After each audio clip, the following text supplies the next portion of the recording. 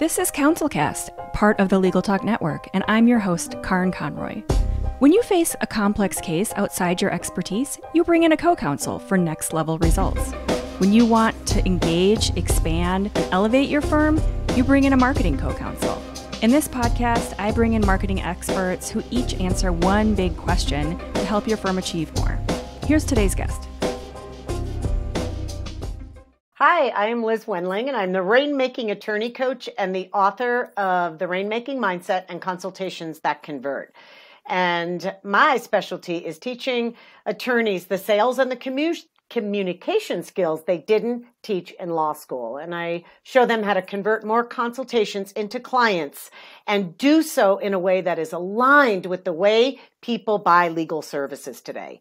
And when attorneys understand how people buy, how people make decisions, when buying legal services, their conversion rates skyrocket. They learn how to work with human behavior, not against it. Oh, this is going to be good. Liz, thank you so much for being here. Thank you, Karin. Something I feel like I say this in a lot of different episodes about things that you don't learn in law school, but I think kind of this human interaction and communication is really, it's taught in a different way to be a lawyer. Like you're taught to try to convince a jury, or you're taught to communicate with all this legal language. But this part of being a lawyer, which is really critical, it's like step one in your client's journey, is not really discussed. And so many people either undervalue it or don't even think about it. So this is going to be great. I love some of these stories that you have to talk about. So today, our big question is, where do most initial consultations go wrong? And I'm kind of burying the lead a little bit just because you have some really cool ways of figuring this out and knowing this. You have this insider information. So let's start first with first of all, how do you know? How do you know where these things are going wrong? Well, that comes from my unique insider information about what is actually happening inside a consultation room. I don't put a little bug or a microphone in a consultation room. I know it because law firms hire me to secret shop their law firm. So I go undercover and a managing partner will hire me. Well, a managing partner will hire me and say, I don't know what's happening inside our consultation room. We have these clients who call us. They need to hire an attorney. And often they leave with, okay, well, I'll think about it. That's too expensive. I'm not sure I'm ready to go make a move yet. And they're losing more clients than they should. And they don't know where to look, what to look at, what's wrong, what is happening inside. So part of my consulting practice is not only helping attorneys convert more clients into consultations. First, we need to know where they've gone wrong, where they're off the rails, where they're not making those connections, where the profit leaks are happening inside that consultation room. So they hire me to find the precise evidence of why their expensive marketing leads are not turning into clients. So I go in posing as a real person with a real legal problem, and I take on the persona, the mindset, the emotion of an ideal client who's ready to retain. So I'm scrutinizing all of the human behavior, whether it's on a phone call, a Zoom call, and in some cases when we were doing face-to-face consultation. And I'm analyzing everything that's happening in that call, whether they're being updated or they're outdated, or whether they're sounding old school or modern. And right before I get on a secret shop, I will also evaluate someone's website. I want to see what their message on their website says. Are you all about the client? Do you say everything is about the client and you're a client-centered firm? Well, if you are, you better show me that in your consultation. And if you're not, you're incongruent right out of the gate. So I look at their social media. I look at what they're putting out there, because if I'm not receiving that back, and the way that you're communicating with me in a consultation, if that is off, then I'm going to feel as a potential client that I'm not sure I want to hire you. I'm not sure you're going to be the best person for me. And then a consultation ends with, okay, thank you. I'm meeting with other attorneys and I'll get back to you, but then they never do. So long story short, then I report back to the law firm and I say, so here's the good. Well, there's the good, the bad, and the interesting, I call it. And the very first one that I hear all the time, Karin, is when I either get on a phone or it is face-to-face or we're on a Zoom call, is instead of trying to be different, sound different, show up differently, an attorney will say to me, so what can I help you with today? And I call that the Home Depot question. If you don't know why I'm sitting in your consultation room, you're off track already. If you don't have any paperwork on me, if you don't know when I called the intake department and shared my entire life story with them, how come you don't know why I'm sitting in the room? And talk about epic fail out of the gate. Because it's not like anybody seeks out an attorney. It's not like just going to the grocery store. Like I could be here for bread or milk or, and this is just a normal every, I'm here every Tuesday, whatever. It's not, you don't sit down with an attorney every Tuesday. There is something very specific and probably really critical happening in that person's life that you should definitely be aware of before you're sitting in front of them for that consultation. 100%. Because then it sends a message to the client that I've done a little research. I looked at what you shared with our intake team. I know why you're here. You are conveying so much in a short amount of time versus conveying something the complete opposite, which is, I don't really care about you. I talk to people just like you all day, every day. What are you here for? And let's have a conversation. So right out of the gate, you are being checked off as, I'm not sure about this person. Versus, I like the way this attorney is communicating with me. I like the way he or she is looking at me like a human being and understands that I'm here and I'm in pain. You never have to acknowledge that. I need support. Right. And instead of I'm just, another number. And they don't really realize how big of a deal this is to me. Correct. And then another one, which is huge, is when maybe a client will say something such as, well, why are you different? Or is your firm any different? Or I am meeting with other attorneys. What's your experience in cases like mine? And instead of making it about the client, the attorney will go into a dialogue about, or a monologue, I should say, on, well, I've been doing this for 31 years. My track record speaks for itself, and I'm great at this, and I've done that.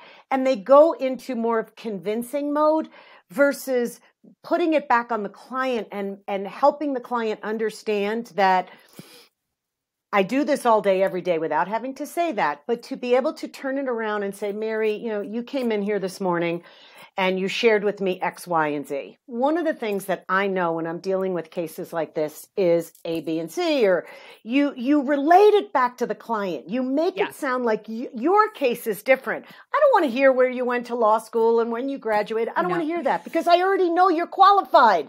I get that. You're all qualified. And I don't need to hear that. I want to hear why you're different as it relates to my situation, my pain, and my journey. And if you can't do that, they check you off again.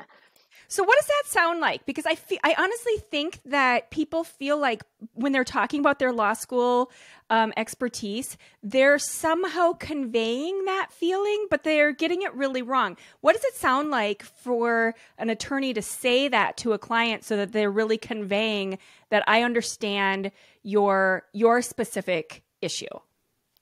Well, it's when you bring up, I like to teach, you're taking notes, mental notes, could be written notes, and someone shares with you that one of my greatest concerns is staying in my home, or maybe in a personal injury accident. Maybe it's, I want all my medical bills paid and I want this, and financial, not a financial plan, like a estate planning.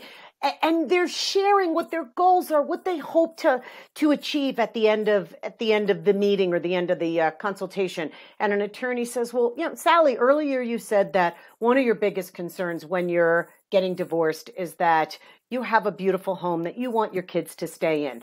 Let's talk through some of those things, or let's let me share with you Yes. how I work with my clients. And you pull something that was so critical to that person, so critical that they shared it with you. You now have to spit it back in a way that doesn't say, well, I've been doing this for 31 years and I can help you stay in your house. I know an attorney might not say that, but that's how it might land on someone. And again, another area where they check you off the box and say, I'm going to someone who cares about me. Yeah, absolutely. I was talking to an attorney who does a lot of DUIs, and he said that he recently had this client who, and this is all he does, DUIs all day long. So he, of anyone has seen these kinds of cases in and out. He can probably he could guess what someone's concerns are just based on all these past experiences. But he had this one client who his concern was not that his record, it was not the cost or any of these other things. His concern was that his wife was threatening that if this didn't go away, she was going to leave him. So his concern was his marriage, even though this was a DUI case and whatever. So he wanted to hear that we are going to take care of this. You're going to be able to tell your wife that this is okay. This is what you can show your wife. This is how you can, all of those things. And if he had just gone through kind of this rote, kind of templated experience that he does with every other clients, he would have missed that completely. And I think about that example all the time, because it's like all of those other things, yes, they're important, but they were very secondary for this guy.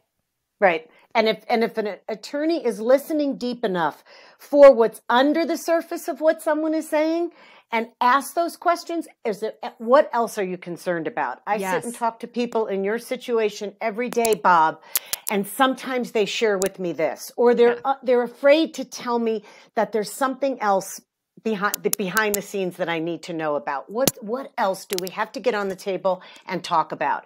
And when you ask a question in such a way, it says, you're safe with me. It's okay. It's all right to tell me your deepest, darkest fear, because it isn't always what sits on the surface. And many attorneys think it is and only address what's on the surface. So I teach attorneys, instead of doing a snorkel type discovery, you want to scuba dive. You want to get under the surface and truly understand what is happening. You have to get below the surface. Otherwise, you sound like every other attorney in your practice area. So no more snorkeling. Yeah, absolutely. Scuba dive. So give me some kind of exactly. Get down in there. Go into the caves. Do all that. So numbers wise, like how long is a typical consultation? I know it varies depending on the type of case.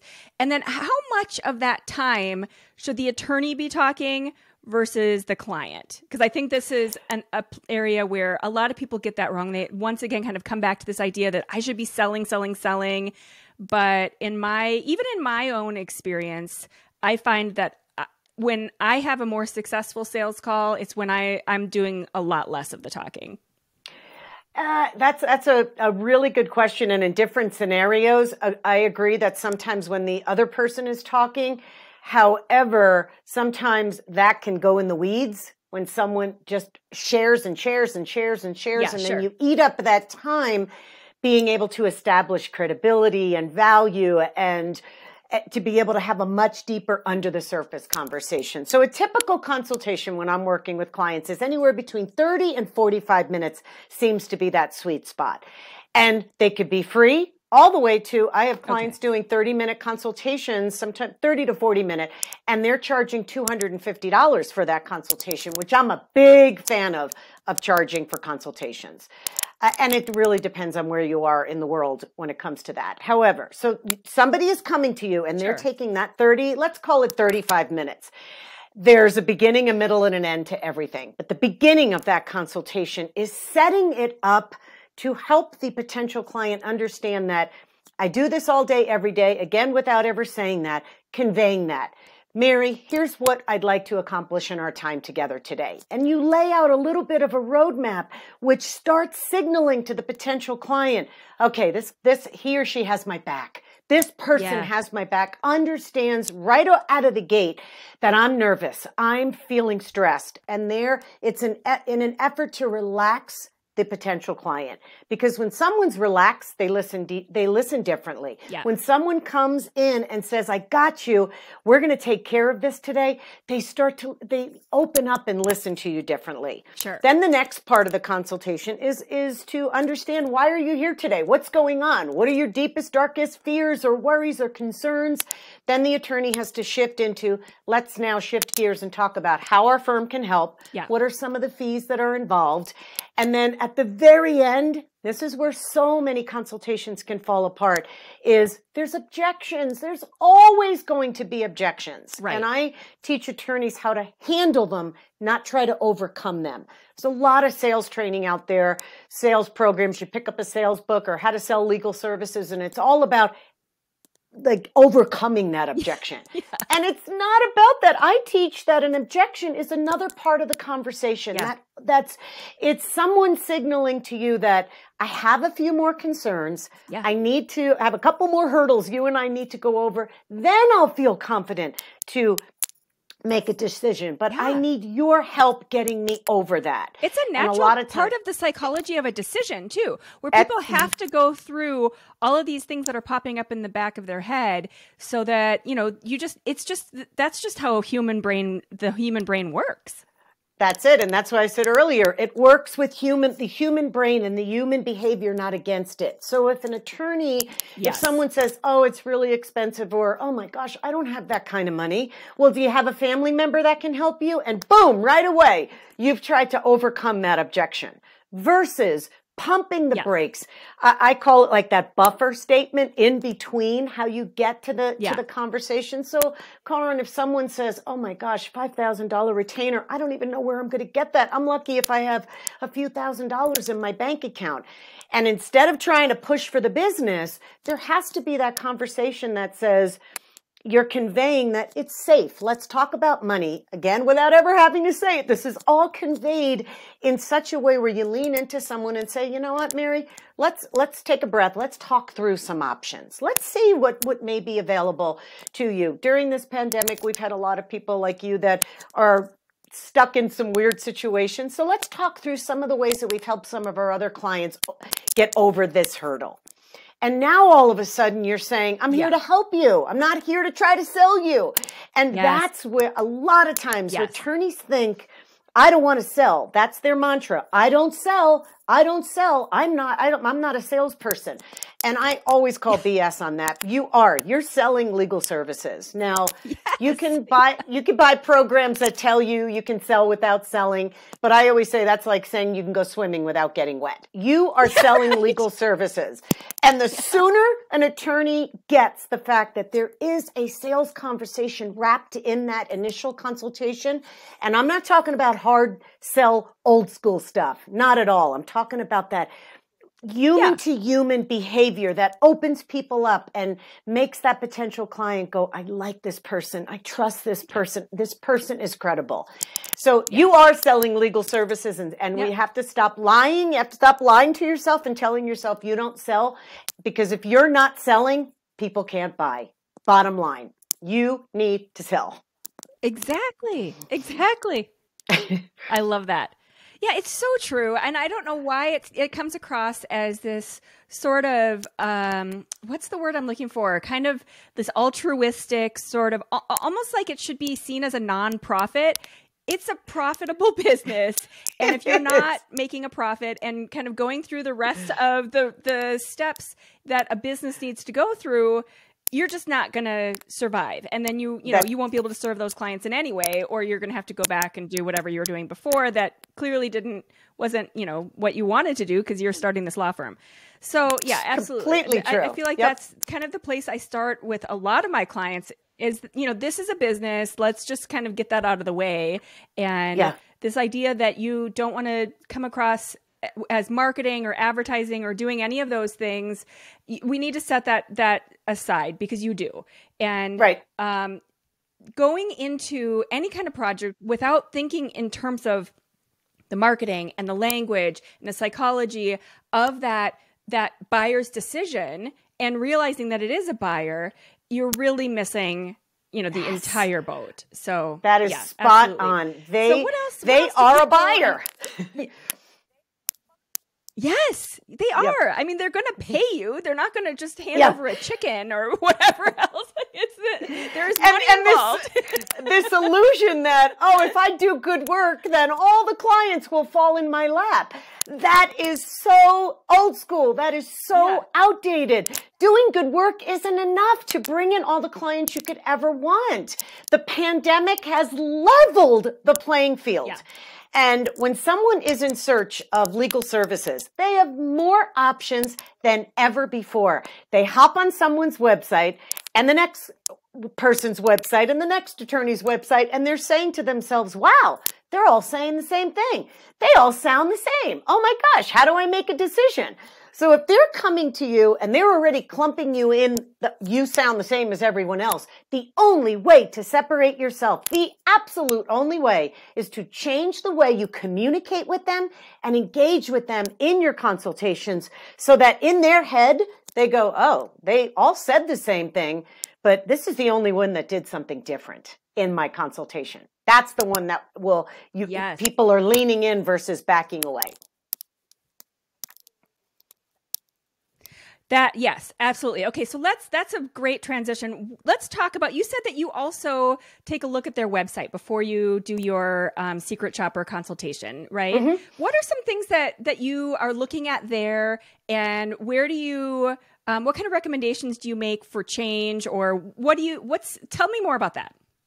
Well, many times I'll start with the attorney bios, and they're very sterile. Let's put it that way. And it's I went to this school, and there's nothing human inside of those bios. Yes. And I was just helping a criminal defense firm with their bios, who they wanted to soften their criminal defense attorneys' bios up a little bit. And I mean just a few tweaks, not to the point where we have to show them playing with puppy dogs on their website, nothing like that.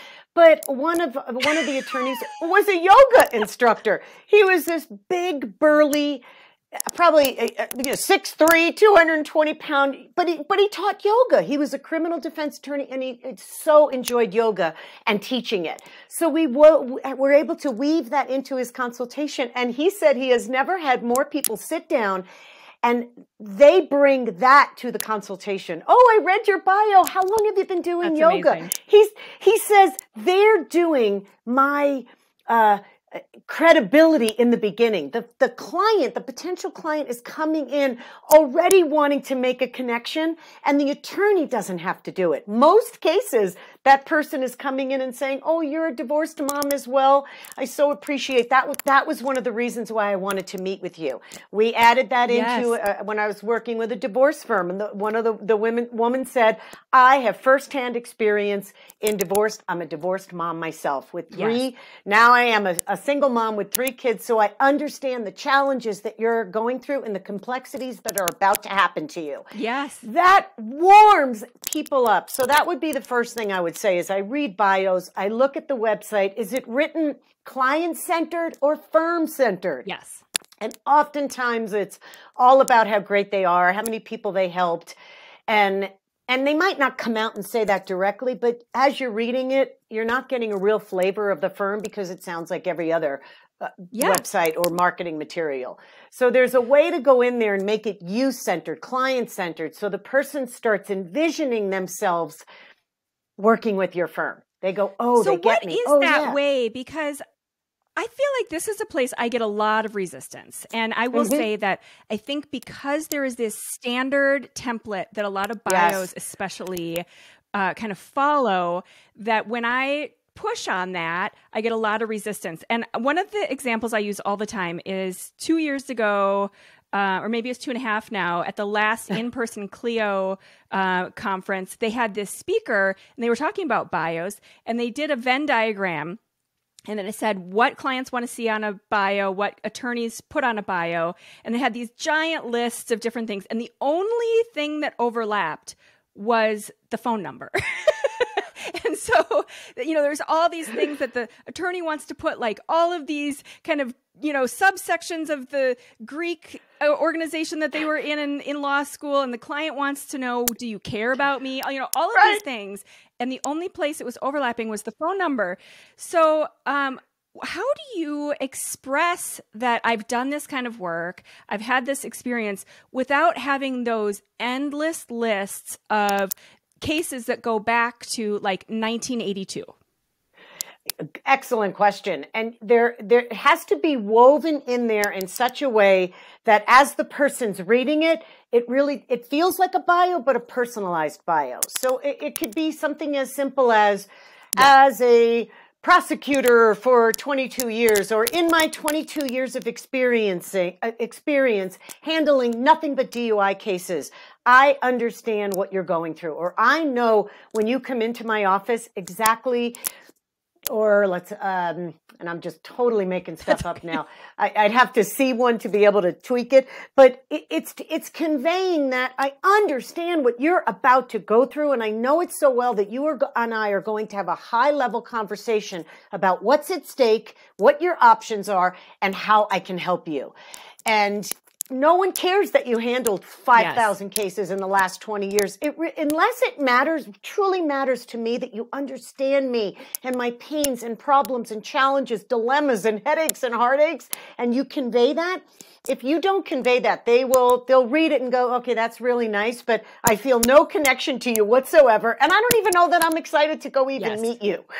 And so when an attorney can write a bio in such a way that allows the client to come with their little Post-it note that might say, Mark, he likes yoga. And they go in and say, oh, I read your bio.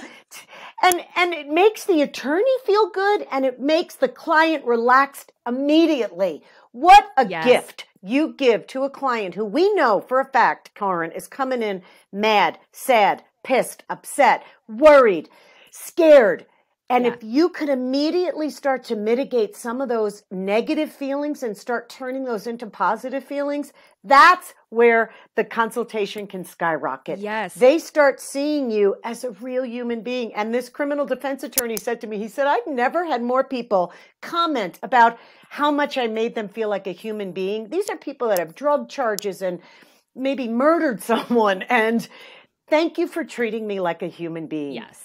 And he's like, no one has ever said that to me. And all we did was go in there and take his outdated model, his consultation model, and make it more human, make it more dynamic and heartfelt and human-centered versus client-centered or legal-centered. Still getting to the same conclusion of I'm going to hire you. Yes. What really stood out, the one thing that you said that stood out to me is talking about what's at stake.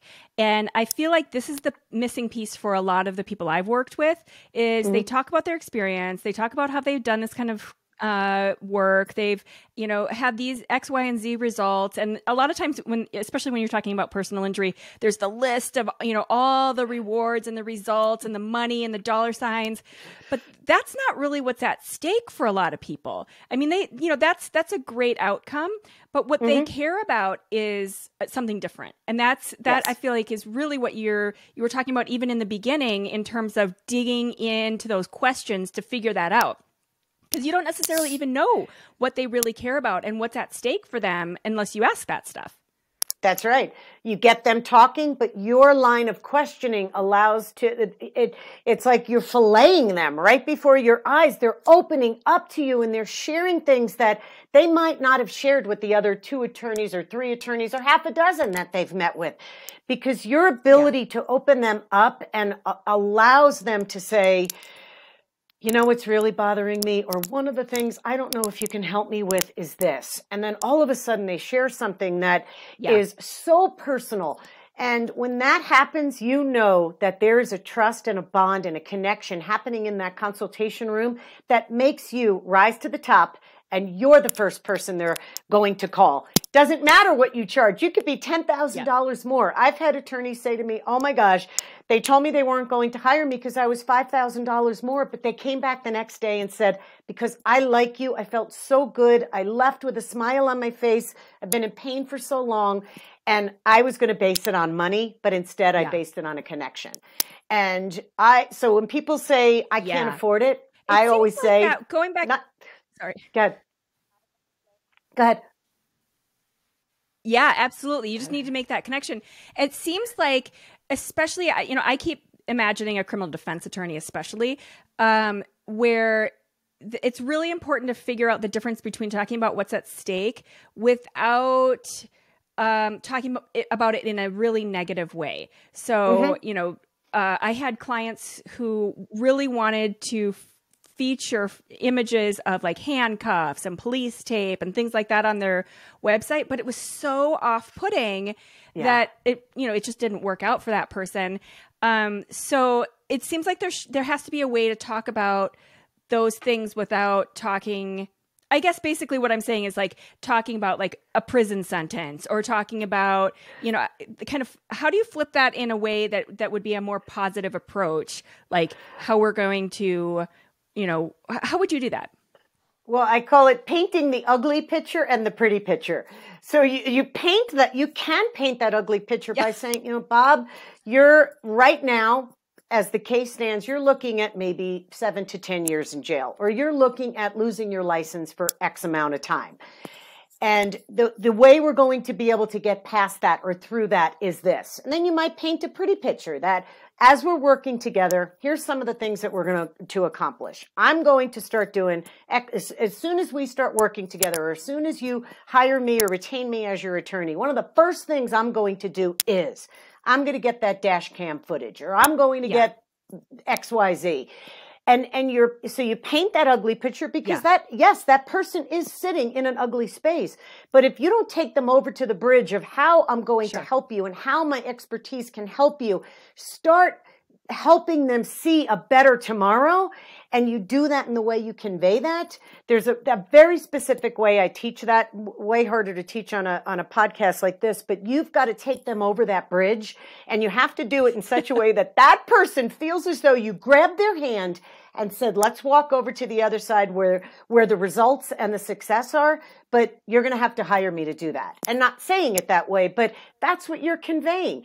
You're in this problem. You're sitting down talking to me about my solution. I have the solution. What does it look like? Now let's talk about what it would look like for you and I to move forward, start this process sooner than later, and what the fees involved would look like. And showing this person with that conviction and confidence that you're the right person, not trying to resist selling or not being a salesperson. This isn't where you step on the gas and start selling. This is the part where you start to show your expertise, and you do that through that body language and the right communication by saying, this is how we're going to solve the problem you came in to talk to me about. You're going to have the problem either way, whether you hire me or not. You're going to have to hire someone, but let's talk about how I will fix your issue or can help you with your issue.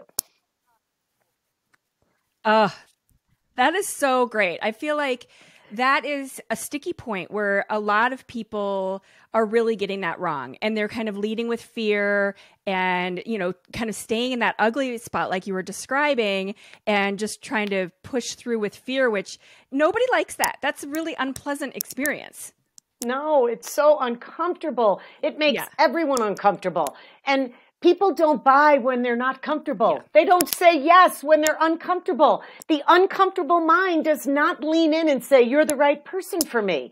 If you don't leave them feeling different, this is big, and I write this in my book, if you don't change their emotions from worried, scared, upset, pissed off, whatever those negative emotions are, to relieved, wow, this feels good. I feel confident now. I feel self-assured.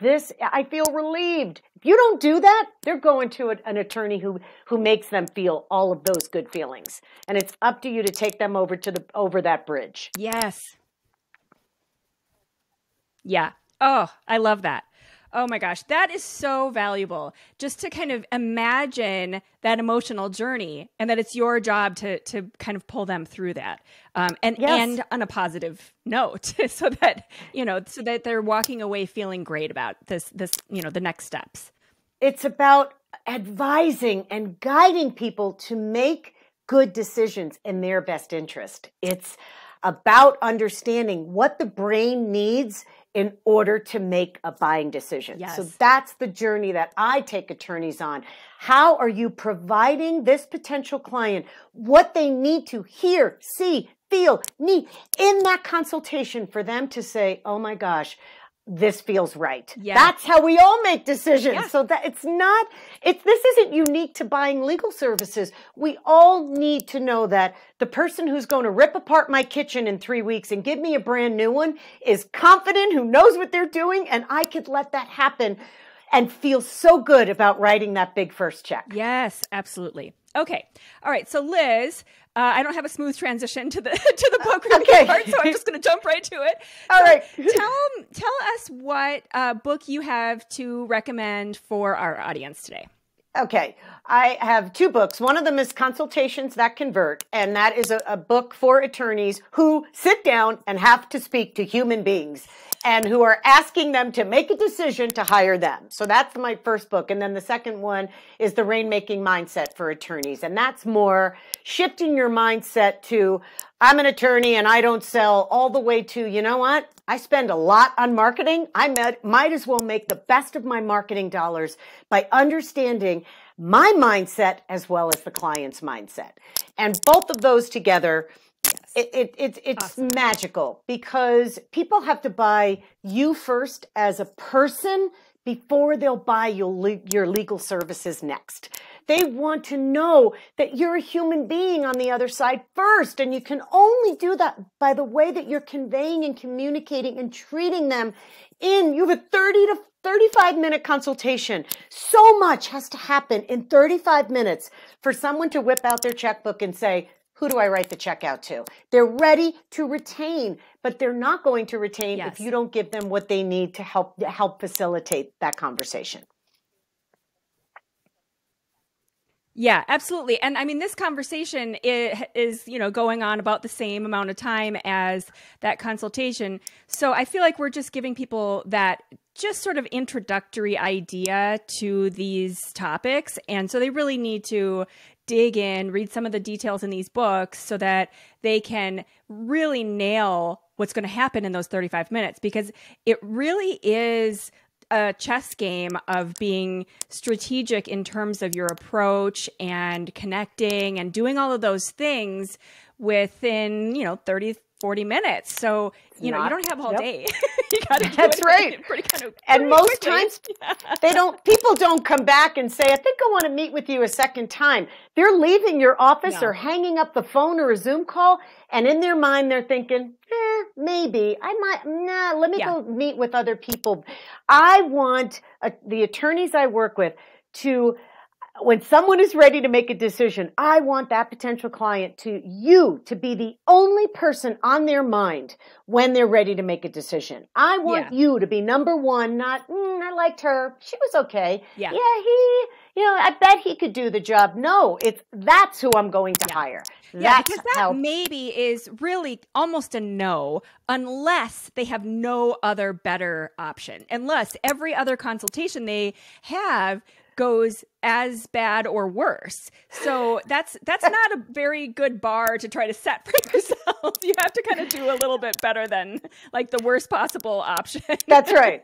And you don't want people hiring an attorney because they're cheaper. If all 3 attorneys sound the same, look the same, gave the same consultation, but one has a retainer that's $2,000 less, guess what? You're losing to someone who may not be as qualified because you did not give an impactful, powerful, amazing, human-centered initial consultation. So that's the difference of someone saying, oh, I went with someone else. They were a little cheaper. Yeah. People don't understand that cheap doesn't always mean better, but also just because it's $3,000 versus $5,000, it doesn't matter to the person who's making a decision. They're basing your expertise on a dollar amount. That you'll lose every time to that versus, that person may be $2,000 more, but they're worth it. I know they're going to be able to help me. That's what we want people to be saying in their head. But they won't get there themselves. You have to help them get to that point. It's working together with that potential client so you rise to the top. Yeah. And I feel like you may have just answered this next question, but what is the one thing you'd want people to take away from this episode? Is it that they kind of need to lead them through that, or what else would you want the listeners to take away from this episode? I would say that think of selling legal services as You're selling a solution. You're problem solving. You are stepping in and taking away the biggest headache they're having in the moment. And the only reason people hire attorneys is because they have a problem that needs to be solved. Yes. So the only way that you can help them is if they hire you, is if they write a check to you, which means you have officially sold them on your solution. And once you wrap your brain around the fact that they are buying, so you need to be selling. There's so many programs out there that try to teach attorneys how to sell without selling, like I said earlier. Or they tell them, you don't have to sell, just serve, or just educate people. Well, it's not 1980s anymore. You can't educate people. They are so educated coming to your consultation. They've read your reviews. They've talked to people. The internet is right. All the information is there. So to think that they're not educated and that you're going to do them a favor and educate them, you are stuck in the 80s and the 90s. We've got to meet people where they are, not where they used to be. And the attorneys who meet people where they are the ones who get hired. Yes, absolutely. Oh, that was so great. And I feel like there's so many little gems of value that people are going to get out of this episode. And we'll definitely link to the books as well, because I feel like that's kind of the next step for people to kind of follow up and dig, not do the, like you said, not do the snorkel of this topic, but get, way in there and get the finer details. So Liz Wendling is a rainmaking attorney coach, and follow up with the books and the links and everything else that we'll link to in this episode. Liz, thank you so much for being here. That was such a great conversation. Thank you, Karin. I had a blast. Thank you. Thank you for listening to this episode of the CounselCast podcast. Be sure to visit our website at counsel-cast.com for the resources mentioned on the episode and to give us your feedback. If you enjoyed this episode, I would appreciate if you could rate and review the podcast on Apple and subscribe to your favorite podcast platform. See you on the next one.